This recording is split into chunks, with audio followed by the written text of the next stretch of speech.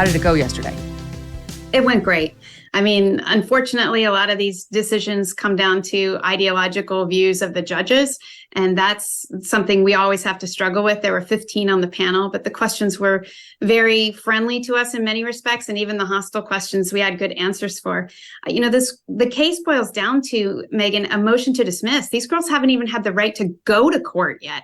So that's what this issue is about, is whether they can even have their case heard. They've never even been heard on the merits, which is that girls should be able to compete on a level playing field.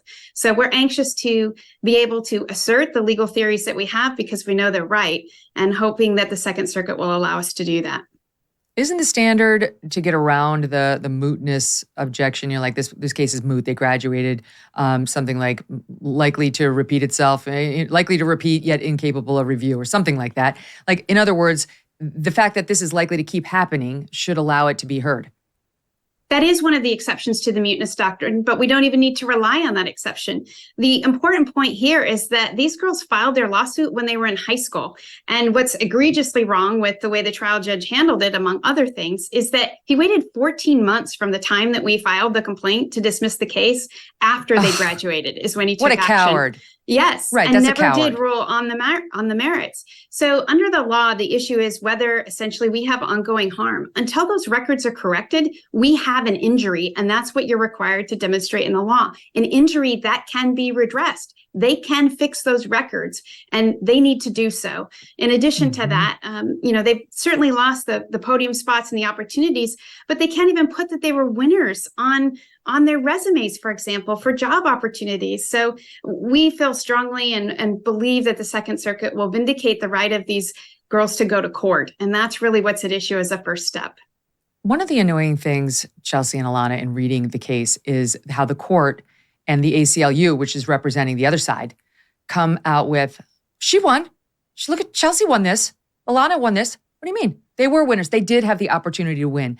As if you managed to pull out a W in one race, it should be enough. That, who cares if it was an unfair race in 10 others.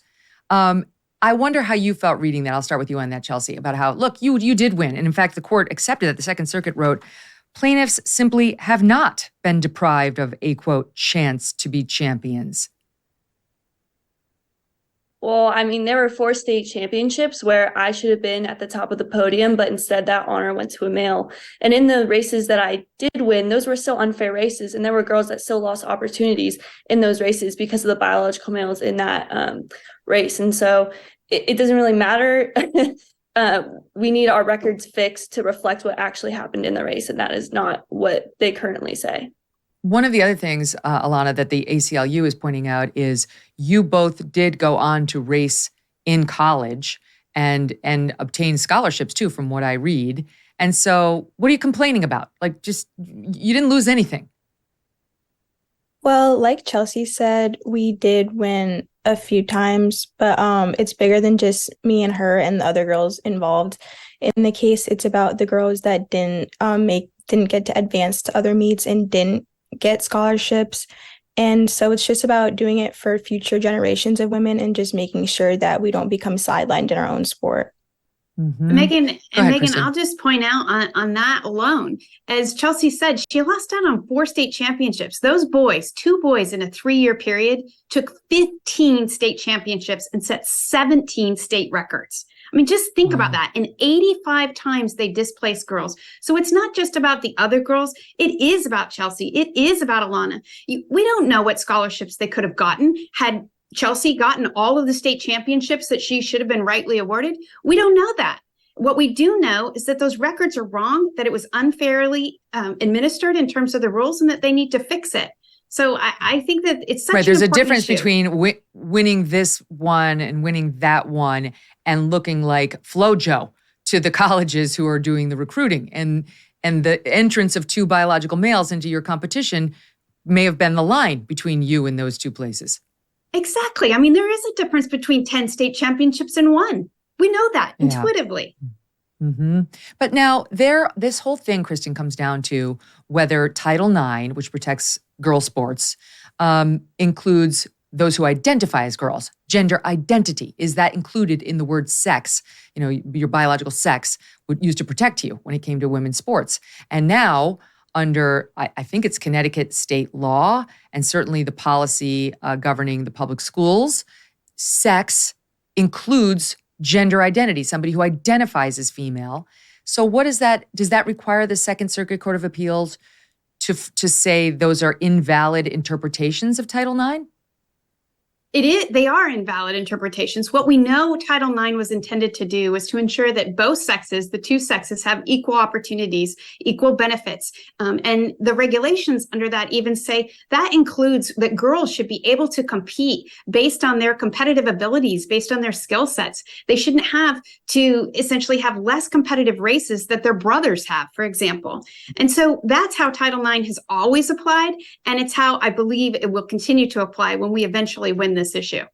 There are many states who have a law like this. Connecticut has a law saying you can race according to your gender identity. I think it's 29 states. So if this case were to go all the way up to the Supreme Court, we could be changing law in a lot of places. Your thoughts on it? Well, there are 21 states that actually have taken action to ensure that males can't compete against women. They recognize the truth that men and women are different, that the physical advantages are different, and they can't be overcome simply through supplemental hormones. And so states are recognizing that. 21, just I think as the last count was just a few months ago, where 21 states have protected it. But ultimately, this comes down to a federal law question as well. It's kind of a belt and suspenders approach, you might say. And the question is, does Title IX require, the other side saying it requires men to compete as women? And our position is no, Title IX requires that you give women and girls equal opportunities and fair play. And so that's the final question that will need to be decided by the Supreme Court. And it hasn't decided that question yet. The two biological males who decided to run against you girls, I mean, the case of Terry Miller is particularly shocking. Did you both race against Terry Miller? Yeah. Yeah, Yes. you would. And so can you tell us the story of Terry Miller and what happened with Terry Miller when he was racing against you girls as part of the girls team? Yeah, so my sophomore year, actually, Terry raced on the boys team in the indoor season, and then in the outdoor season switched to the girls team. And Terry, I'm not sure the exact number, but Terry was blowing us girls out of the water. I mean, I remember at the state open championship in the 100 meters. Is this Terry in the red? Yes.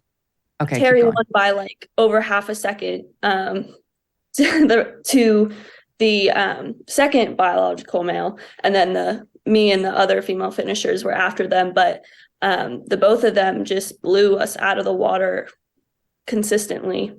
Mm-hmm. And that's amazing because you have the same person racing as a boy and a girl within a few month period.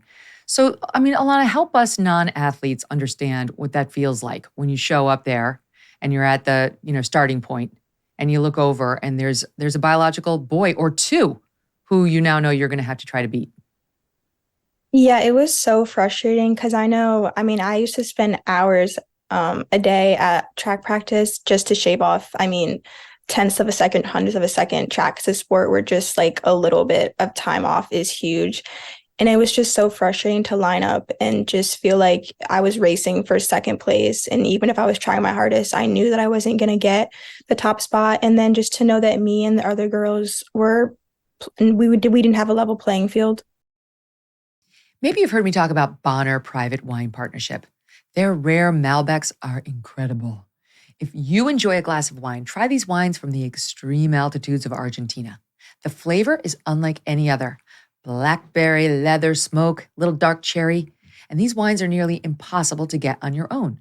The producers deep in the Andes Mountains make limited quantities. The best part? They have cut out the middleman. You will not deal with a big markup. Today, I've got a great offer for you. If you visit bonnerprivatewines.com/MKS, that's BONNER, privatewines.com/MKS, you will not only get the wine for over 50% off, plus free shipping, you'll also get a bonus bottle of small batch limited production wine from their exclusive wine cellar. That's 4 bottles for the price of 3. It's a deal that's hard to turn down if you are a wine lover like I am. Just visit Bonner, Bonner, privatewines.com/MKS to claim your bonus bottle and become a part of America's most unique wine club.